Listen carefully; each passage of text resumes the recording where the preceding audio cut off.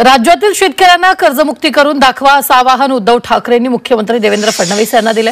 लाडक्या बहिणींना 2100 रुपये जाहीर करा, अर्थसंकल्पात कर्जमुक्तीची घोषणा करा असं आवाहन ठाकरे यांनी दिलं। कामाला स्थगिती द्यायला आपण उद्धव ठाकरे नाही असा टोला फडणवीसांनी लगावलेला होता। त्याचा समाचार घेताना तुम्ही उद्धव ठाकरे होऊच शकत नाही असा पलटवार ठाकरेंनी केला।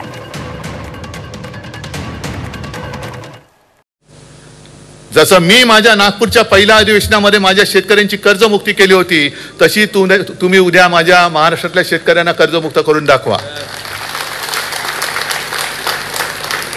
मी माझ्या वचननाम्यातलं पहिलं वचन गोरगरिबांना 10 रुपयामध्ये शिवभोजन हे माझ्या नागपूरच्या पहिल्या अधिवेशनात जाहीर केलं होतं। तुम्ही माझ्या महाराष्ट्रातल्या माता भगिनींना 2100 रुपये उद्या करून दाखवा आणि मग माझ्याशी बरोबरी करा। जमलेल्या माझ्या तमाम हिंदू बांधवांनो, भगिनींनो आणि मातांनो,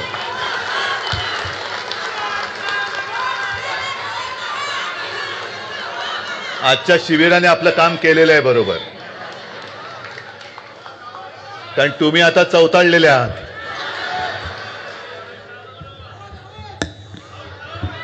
आवाज येतोय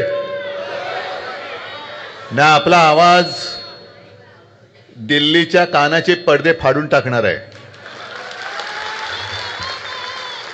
पहिल्या प्रथम मी दोन्ही राऊत बंधू संजय, सुनील, नंतर आपले रमेश आहेत, सुरेश आहेत आणि तुम्हा सर्व शिवसैनिकांना मनापासून धन्यवाद देतोय। दिशा कोणती कल्पना नाही, पण पाऊल पुढे टाकण्याची हिंमत तुम्ही दाखवलीत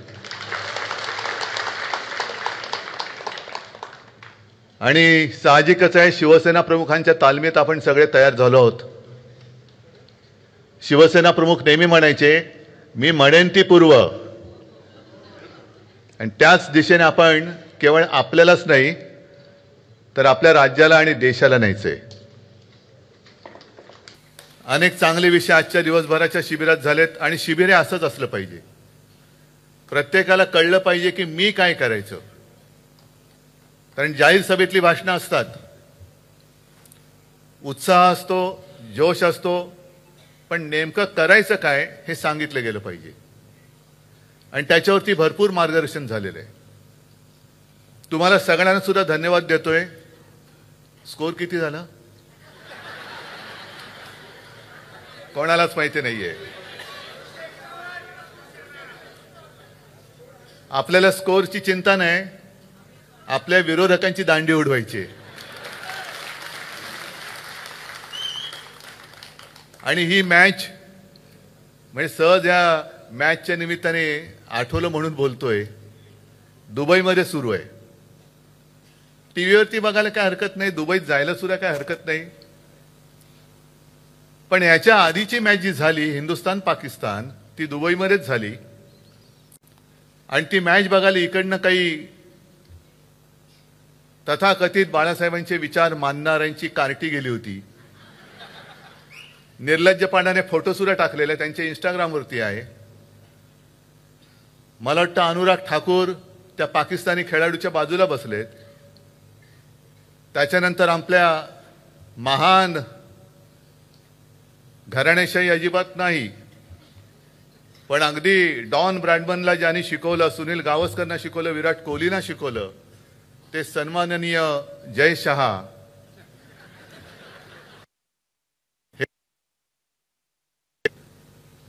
आता हा माझा पुढचा प्रश्न तुम्हाला आहे, हेच जर का जयशहाच्या जागी उद्धव ठाकरे असता किंवा आदित्य ठाकरे असता तर यांची नरकात गेलेली सगळी पित्र वरती येऊन थैताट घातला असता, बरोबर ना?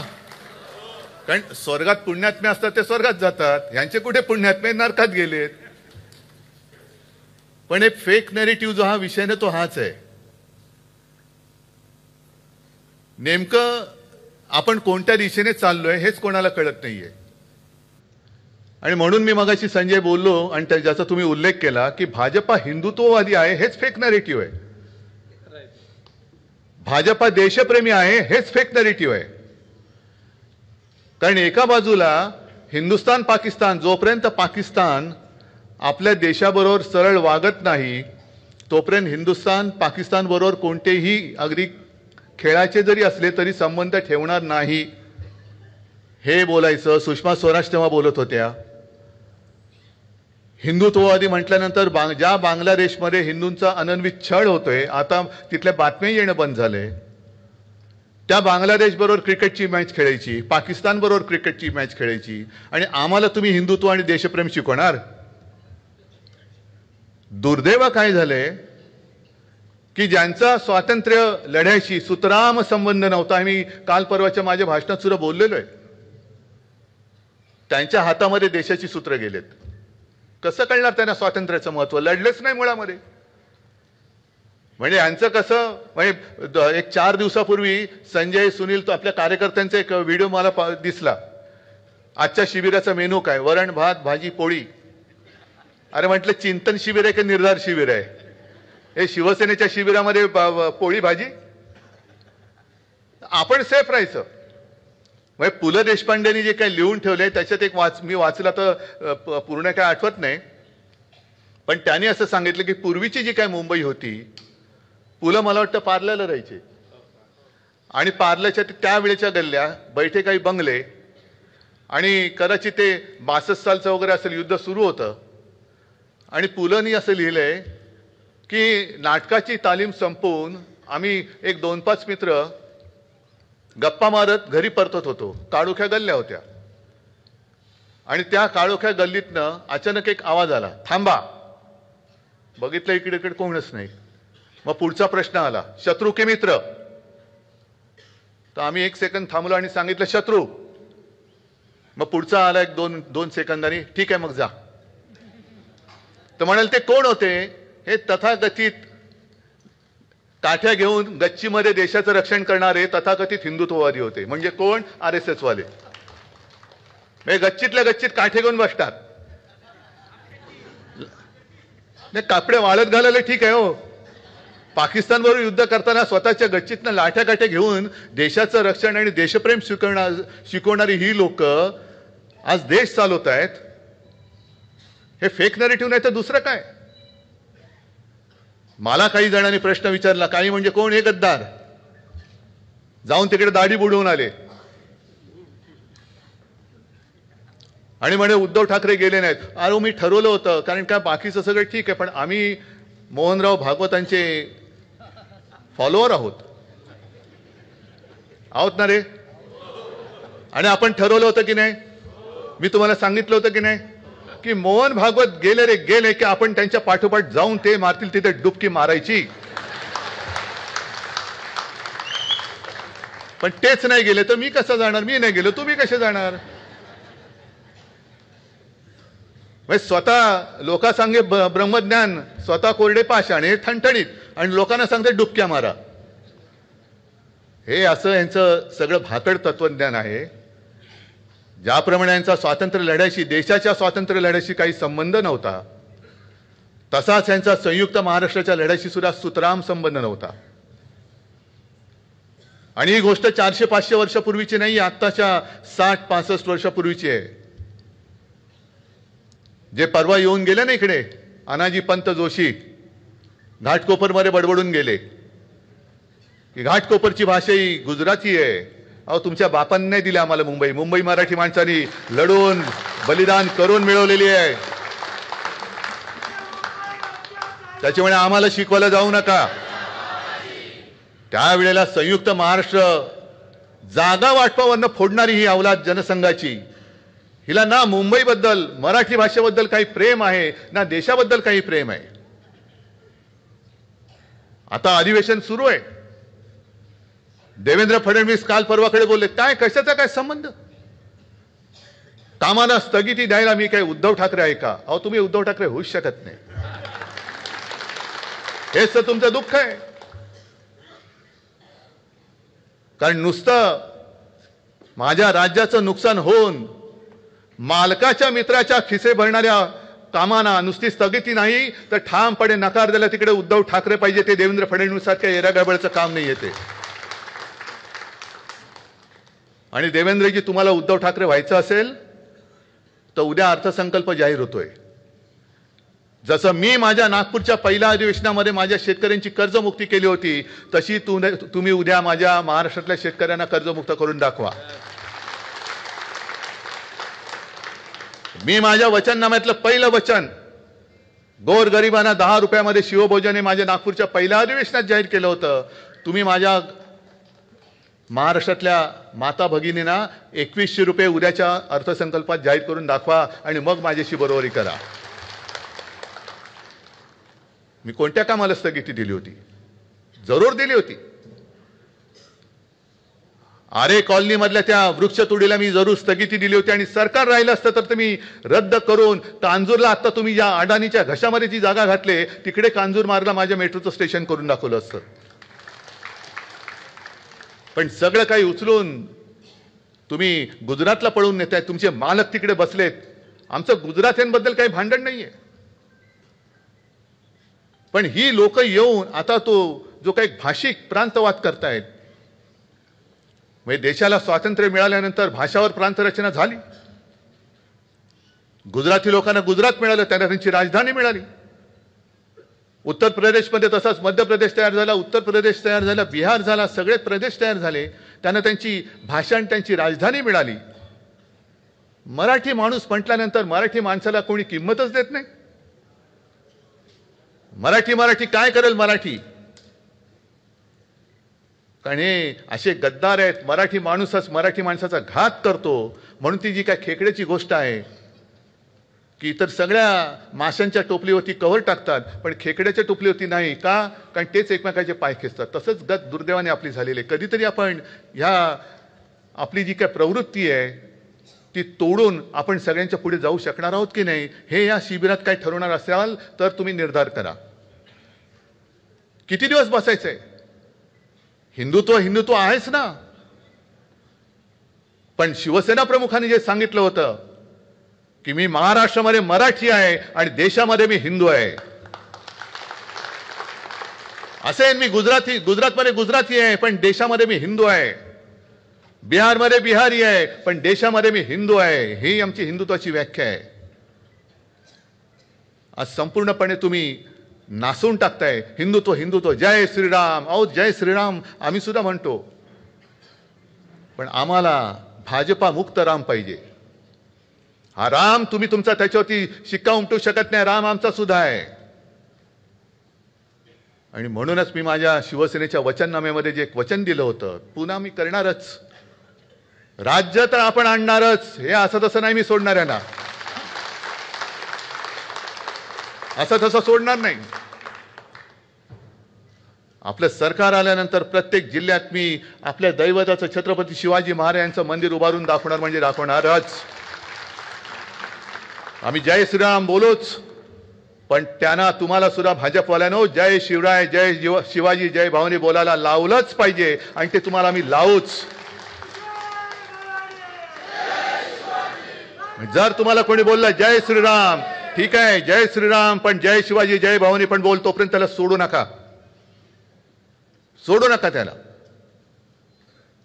तुम्ही आता आम्हाला दैवतावरून भांडणं लावायला निघालात. आजपर्यंत या मुंबईमध्ये जेवढी संकट आली, नैसर्गिक आपत्ती असेल, अतिरेक्यांचा हल्ला असेल, स्वतःच्या प्राण्याची पर्वा न करता त्या संकटात उडी मारून जीव वाचवणारा माझा शिवसैनिक आहे. गोमूत्राची बाटली हलवणारा आरएसएसचा किंवा भाजपचा कार्यकर्ता नाहीये. हे जे शिवसेना प्रमुखांचं मगाशी भाषण दाखवलं ना, तेच आग आपल्या अंगामध्ये पाहिजे. का पाहिजे? परत शिवसेना प्रमुखांचं भाषण तुम्हाला दिलंय ना तुम्हाला त्यांनी. अरे संपूर्ण आयुष्य त्यांनी उधळून टाकलं आपल्यावरती. काय आपण आपल्याला त्यांनी जी काय जडणघडण केली ती काय अशीच नुसती काय मातीचे गोळे बनवायला नाही केली. जो महाराष्ट्र आपण म्हणतो दगडांचा देश आहे, होय आम्ही आहोत, दगड आहोत. आणि माझे आजोबाजे बोलायचे की देव काय, शेंदूर फासला तर दगडाला शेंदूर फासला तर देव, नाही तर तो धोंडा आहे. आम्ही धोंडे आहोतच. जो कोणी आमच्या महाराष्ट्राच्या मुळावर येईल त्याचा कपाळ मोक्ष करण्याची ताकद आमच्या या सगळ्या मराठी मनामध्ये आहे. आणि मग अशा वेळेला त्या ज्या काय कवितेच्या ओळी आहेत, माझ्या मना बन दगड बनवून आपण यांना सामोरं गेलं पाहिजे. हे सगळे आपल्याला पिळवटून टाकतायत. अगदी म्हणजे त्यांची ज्या दिशेने वाटचाल सुरू आहे, आता संजय तुम्ही जे सांगितलं, जसं पुतिन जिंकला, हिटलर सुद्धा जिंकला होता. हिटलरचा जर का तुम्ही इतिहास पाहिला तर हिटलरला सुद्धा 90%, 95%, 97% मतं मिळाली होती. पुतिनला सुद्धा आता अलीकडच्या काळामध्ये बहुमत मिळालेलं आहे. आणि तसंच ह्यांना बहुमत मिळते. हे बहुमत खरं मत नाहीये, ही सगळी लांडी लबाडी करून मिळवलेली सत्ता आहे. जर कोणी अगदी आहेत ना, मी तुम्हाला मगाशी संबोधित करताना हिंदू बांधवांनो, भगिनींनो आणि मातांनो म्हणलो, पण इकडे काही मुस्लिम असतील, काही ख्रिश्चन असतील, पण ठीक आहे, आपल्यासोबत आले ज्यांना आपलं हिंदुत्व मान्य आहे, कारण आपलं हिंदुत्व हे देशप्रेमाशी निगडीत आहे. ते ज्यांना मान्य आहे, तो मुस्लिम असला तरी आमचा आहे, मी जाहीर सांगतो. यांच्यासारखं माझं हिंदुत्व नाहीये की इकडे पाकिस्तानचा निषेध करायचा आणि तिकडे जाऊन दुबईमध्ये जाऊन हिंदुस्थान पाकिस्तानची क्रिकेट मॅच बघत बसायचं त्या पाकिस्तानी माणसाबरोबर. हे आमचं हिंदुत्व नाहीये. ही थेरं मला बाळासाहेबांनी शिकवलेली नाहीयेत. एका बाजूला 56 इंचाची छाती, हे सुद्धा फेक नॅरेटिव्ह, आणि तिकडे जाऊन नवाज शरीफच्या वाढदिवसाचा केक खाऊन यायचा. काय जर हिंदू म्हणून किंवा आमच्या महाराष्ट्रासाठी, मराठी माणसासाठी, देशासाठी जर मुस्लिम आमच्या सोबत येत असतील तर भाजपच्या पोटात का दुखावं? काल परवाकडे जे साहित्य संमेलन झालं त्याच्यामध्ये महाराष्ट्र गीत त्या शमीमा अख्तर ना, काश्मीरी मुस्लिम, तिने गायलं. आणि या भैयाजी जोशींसारख्या माणसाला कळणार नाही हे. संयुक्त महाराष्ट्राचा जो लढा पेटला होता त्याच्यामध्ये जे आघाडीवरती होते त्याच्यात एक होता शाहीर अमर शेख. होय, होता, जन्माने मुसलमान होता. आमच्या घरी यायचं, आम्ही अनेकदा सांगितलेलं आहे. शिवाजी पार्कला राहत होतो आम्ही, त्यावेळेला आजोबांकडे सगळी लोक यायची, कारण आजोबा माझे तेव्हा सेनापतीसारखे लढत होते. शाहीर अमर शेख यायचे, सेनापती बापट यायचे, अनेक लोक मोठमोठी माणसं मी बघितलेली आहेत घरी येताना आलेली. आणि शाहीर अमर शेख आज सुद्धा मला आठवतात. पण याच शाहीर अमर शेखने ज्या वेळेला दिल्लीमध्ये मराठी माणसाने आंदोलन केलं होतं तेव्हा त्यांचा डब घेऊन सगळ्यात आघाडीवरती होता. जागा मराठा आम जमाना बदलेगा. जागा मराठा बोलणारा अमर शेख असेल जातीने, जन्माने मुसलमान असेल, पण तो आमचा होता, कारण तो संयुक्त महाराष्ट्रासाठी लढला होता. तो काही जनसंघीय नव्हता, शेपूट घालून बसलेला आणि सगळं मिळाल्यानंतर तोडफोड करून राज्य बळकवणारा तसा अमर शेख नव्हता. साबिर शेख सुद्धा होता ना, अमर शेखची आठवण करताना साबिर शेख होता. पण आमच्या सोबत जर का आले मुस्लिम तर वोट जिहाद. आणि मोहन भागवत मशिदीत जातात. उद्धव ठाकरे गेलेले नाही अजून, पण गेला तो परत त्यांची नरकातली सगळी पित्रवरती येतील. मोदी म्हणतात की लहान असताना त्यांच्या घरी ईद आजूबाजूला साजरा व्हायचा, सगळे मुस्लिम जे काय होते त्यांच्या घरनं जेवण यायचं. आता यांच्यासाठी खास बटाट्याची भाजी आणि पुरी बनवून द्यायची, त्याला आपण काय करायचं? असू शकेल ना, आपण कसं सांगणार? आणि मग ते ताजिया खालनं जायचे, तरी तुम्ही हिंदू. आणि केवळ मुसलमानांनी शिवसेनेला मत दिलं, उद्धव ठाकरेला मत दिलं, कारण करोना काळामध्ये आपण केलेलं काम. तर आम्ही लगेच हिंदुत्व सोडलं. हे जे काय फेक नॅरेटिव्ह आहे. आणि म्हणून मला अनेकदा जे बोलतात काही लोक की हिटलर हिटलर हिटलर आहे, साम्य बरंच आहे. हिटलरचं सुद्धा असं म्हणतात की 4 पातळीवरती त्याचं काम चालायचं. म्हणजे आता जे काय आपले प्रवक्ते वगैरे असतात ना, तेव्हा चॅनल वगैरे नव्हती, पण तेव्हा जे चालायचं, एक म्हणजे स्वतःची बाजू मांडणं, हे का काही प्रवक्त्यांचं काम. दुसरं, दुसऱ्यावरती आरोप करणं. तिसरं, विरोधकांनी केलेल्या आरोपांना उत्तर देणं. आणि चौथं, ते म्हणजे फक्त अफवा पसरवणं. आहे साम्य दिसते की नाही? आता जे काय यांचं चाललेलं आहे ह्याच्यामध्ये आणि त्याच्यामध्ये साम्य दिसते की नाही दिसत? आणि अशा यांच्यामध्ये आपण त्यांना केवळ आणि केवळ आपल्याला भुलवण्यासाठी जय श्रीराम म्हटलं म्हणून लगेच हिंदुत्ववादी म्हणून सगळं आयुष्य त्यांच्या चरणी वाहून टाकायचं. आज हे करू तर काहीच शकत नाहीयेत. आज मुंबईला जे खतम करायला निघालेत, मुंबईचं महत्व मारायला निघालेत, महाराष्ट्राची अस्मिता तुडवतायत पायदळी. आणि हाच धोका आहे. वन नेशन वन इलेक्शन, यांना सगळं वन वन वन एकाधिकारशाही पाहिजे. सगळे एक. आपल्याला सुद्धा बरं वाटलेलं आधी, एक विधान एक निशान एक प्रधान, हो बाबा पाहिजे बरोबर. पण विधान म्हणजे यांचं जे काय होतं बुरसटलेल्या हिंदुत्वाचे विचार, ते आम्हाला मान्य नाही. डॉक्टर बाबासाहेब आंबेडकरांनी लिहिलेलं संविधान तेच आम्ही मानणार. एक निशाण म्हणजे तुमचं फडकं नव्हे, तर आमचा डौलाने फडकणारा तिरंगा हे आमचं निशाण आहे. आणि एक प्रधान म्हणजे ईव्हीएम आणि बोगस मतदारांनी निवडून आलेलं नाही, तर लोकशाहीच्या माध्यमातून निवडून आलेला आमचा पंतप्रधान हे आम्हाला मान्य आहे.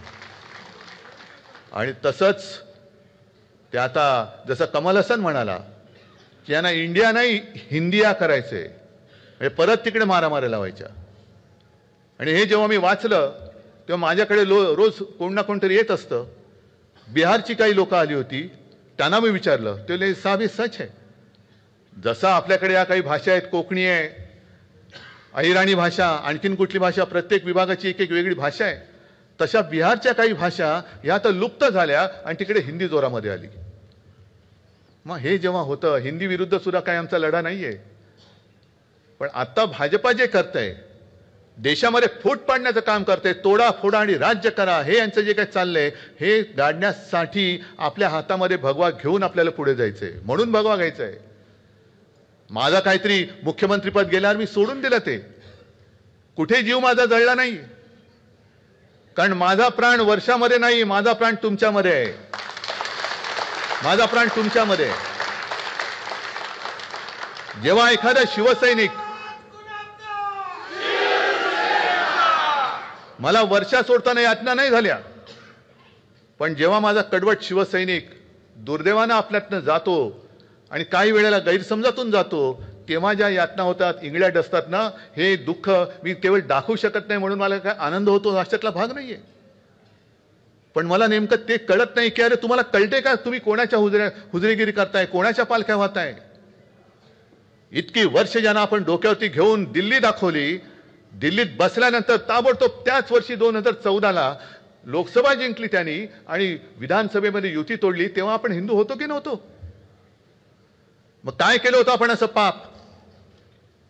एकनाथ खडसेंनी सांगितलेलं आहे की तेव्हा त्यांच्यावरती जबाबदारी दिली होती की आता ही युती तोडा, म्हणजे गरज सरो वैद्य मरो. त्याच्यानंतर पुन्हा आपण त्यांच्याबरोबर गेलो का, कारण हिंदुत्व.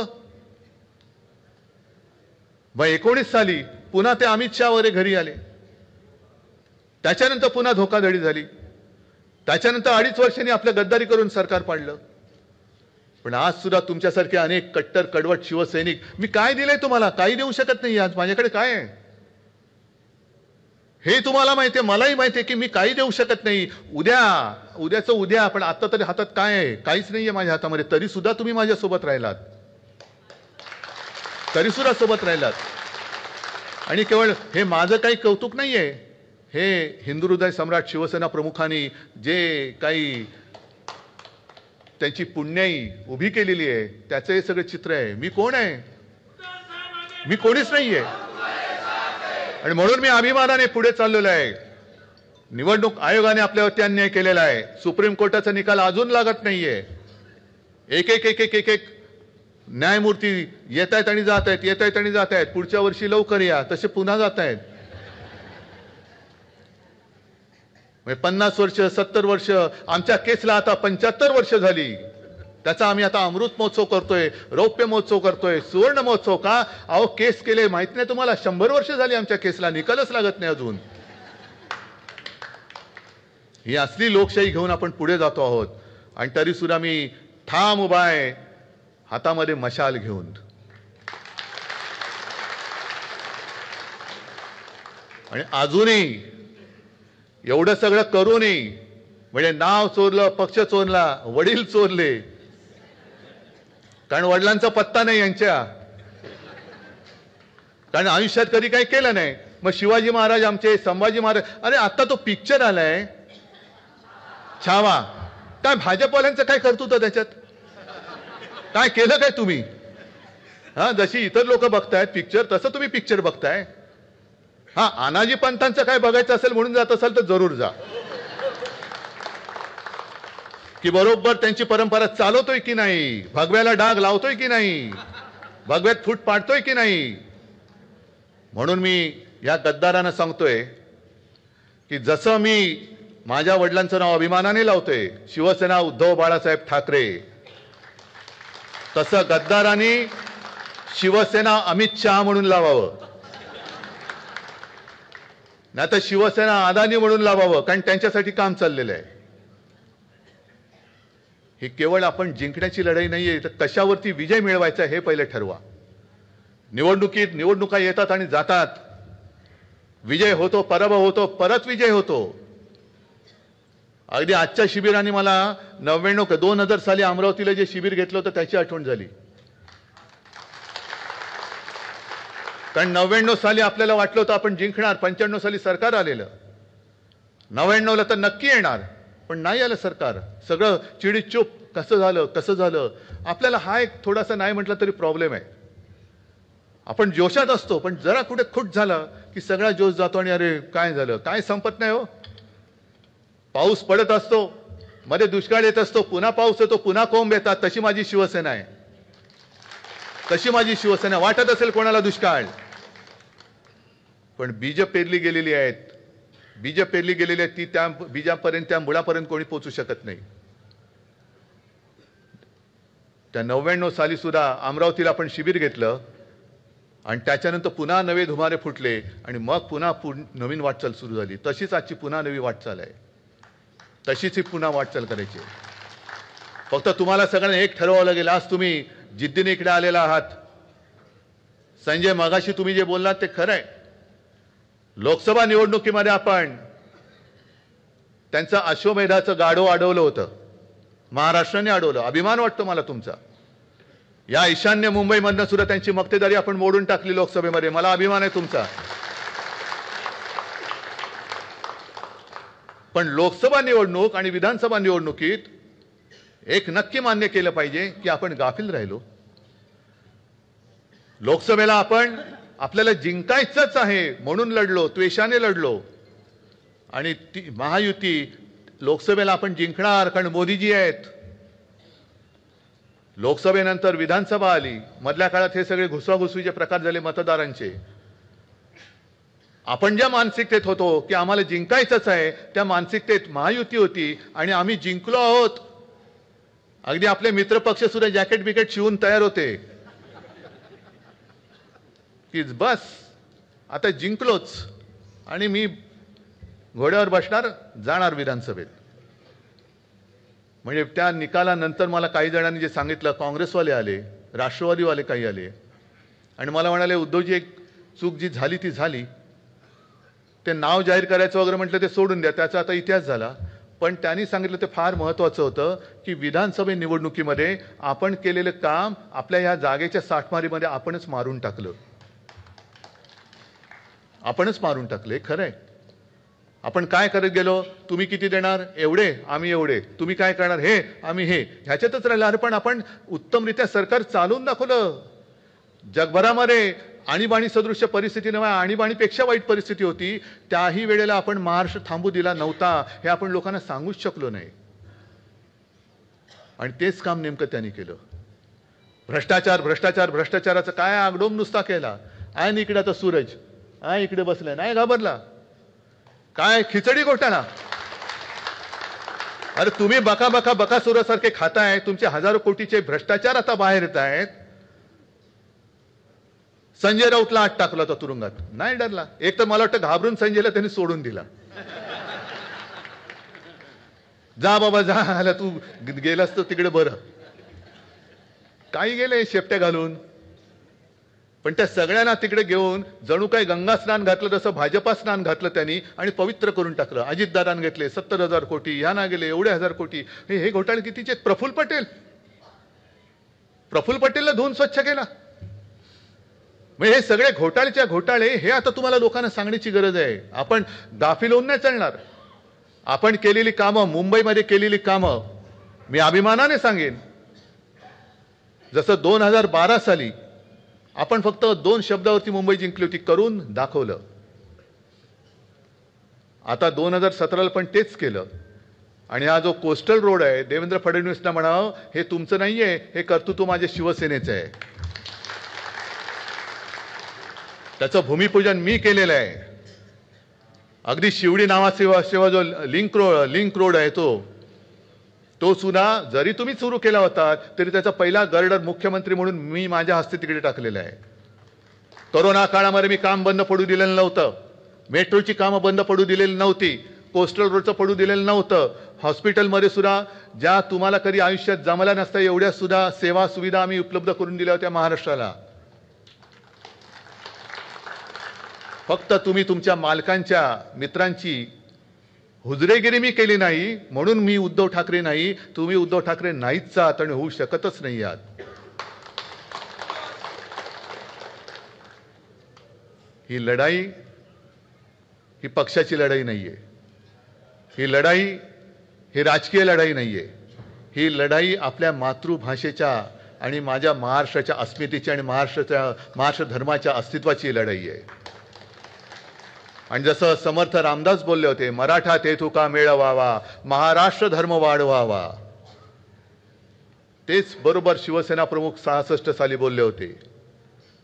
96 कोळी 92 कोळी, मराठा मराठेतर आहे ना ती सुरुवात. मराठा मराठेतर, 96 कोळी 92 कोळी, ब्राह्मण ब्राह्मणेतर, स्पृश्य अस्पृश्य, घाटी कोकणी, हे सर्व भेदाभेद गाडून मराठी माणसाची भक्कम एकजूट बांधा. आणि एकजूट बांधल्यानंतर निर्धार तर तुम्ही केलेलाच आहात. केलाय ना. मला तुमच्याकडनं एक शपथ पाहिजे. एक शपथ अशी की मुंबई महापालिकेची निवडणूक जेव्हा लागेल, कधी लावो, मी म्हणेन आत्ता घ्या. तुम्ही जिंकलायत ना, घ्या ना आत्ता. आम्ही नाही घाबरत, तुम्ही जिंकलेले का घाबरताय? आत्ता लावा, आम्ही तयार आहोत. पण तुम्ही सगळ्यांनी शपथ घ्यायची की निवडणुकीमध्ये बटेंगे नाही, कटेंगे नाही, फुटेंगे तर अजिबात नाही. बंडखोऱ्याच करायच्या नाहीत, चालणार नाहीत. कारण ही आपल्या आईच्या अस्तित्वाची लढाई आहे. आईशी बेईमानी करू नका, आईशी गद्दारी करू नका. कारण ज्या आईने आपल्याला जन्म दिला, ज्या आईने आपल्याला मोठं केलं, तिच्याशी गद्दारी करणारा कधी तिचं नाव घ्यायला लायक नसतो. म्हणून आज जसा तुम्ही